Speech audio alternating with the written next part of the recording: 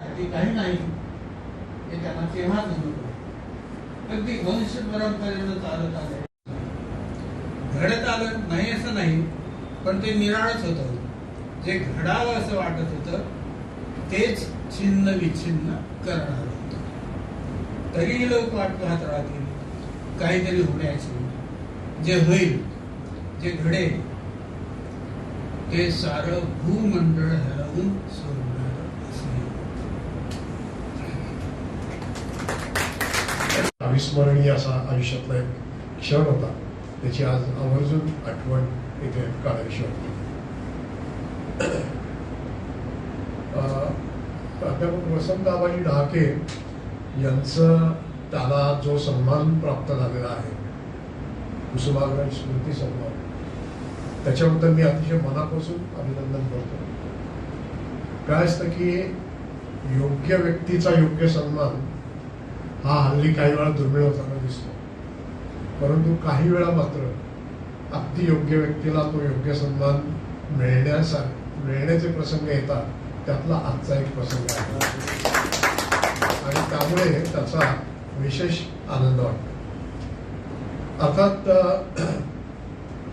इथं आपल्यासमोर उभं राहताना आणि व्यासपीठावर बसताना सुद्धा मी प्रचंड संकोचलेलो होतो. आणि त्याचे कारण असं आहे की डहाके हे माझ्यापेक्षा केवळ वयानेच नाही तर सर्वार्थाने मोठे आहेत आणि त्यामुळे त्यांचा सन्मान माझ्या हस्ते याचा फार मोठा संकोच हा माझ्या मनात आहे, तो मी व्यक्त करतो. आणि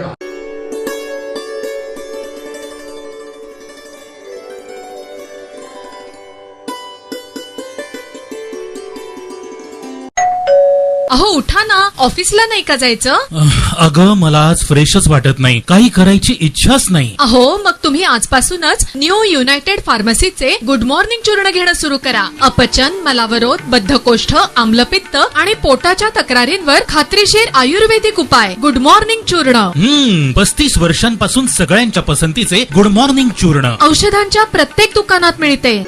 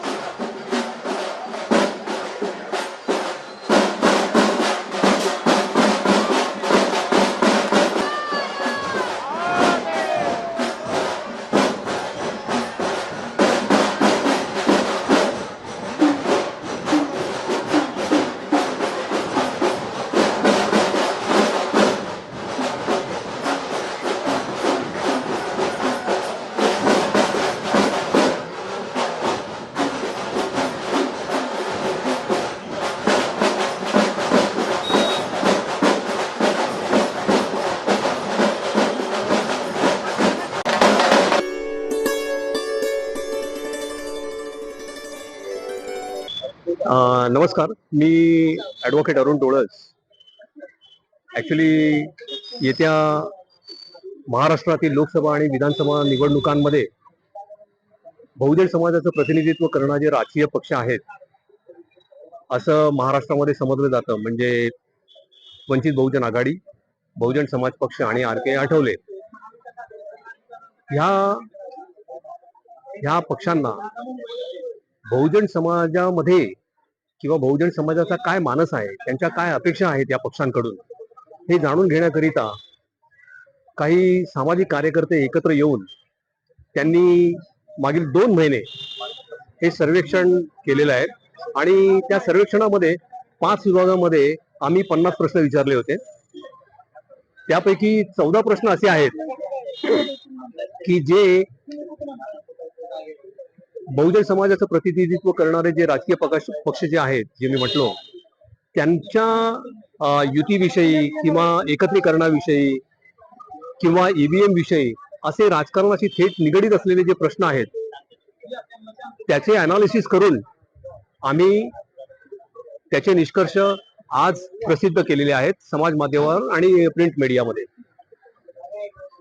या सर्वेक्षणामध्ये असं निदर्शनास आलेलं आहे की बहुजन समाजातले हे जे सर्वेक्षणात सहभागी झालेले सहभागीदार आहेत त्यांचं मत असं आहे की बहुजन समाजाचं प्रतिनिधित्व करणाऱ्या ह्या राजकीय पक्षांनी इंडिया आघाडीशी युती करावी. परंतु जर अशा प्रकारची युती झाली नाही तर 49% लोकांनी असं सांगितलंय की ते वंचित बहुजन आघाडीला मतं देतील. तसंच 31% लोकांनी असं सांगितलेलं आहे की ते इंडिया आघाडीला मतदान करतील. म्हणजे जर इंडिया आघाडीचे 31 आणि वंचित बहुजनचे 49 हे जर एकत्र आले तर 80% लोक या इंडिया आघाडीला मतदान करतील आणि त्यामुळे इंडिया आघाडीला बळ मिळण्याची अधिक शक्यता आहे.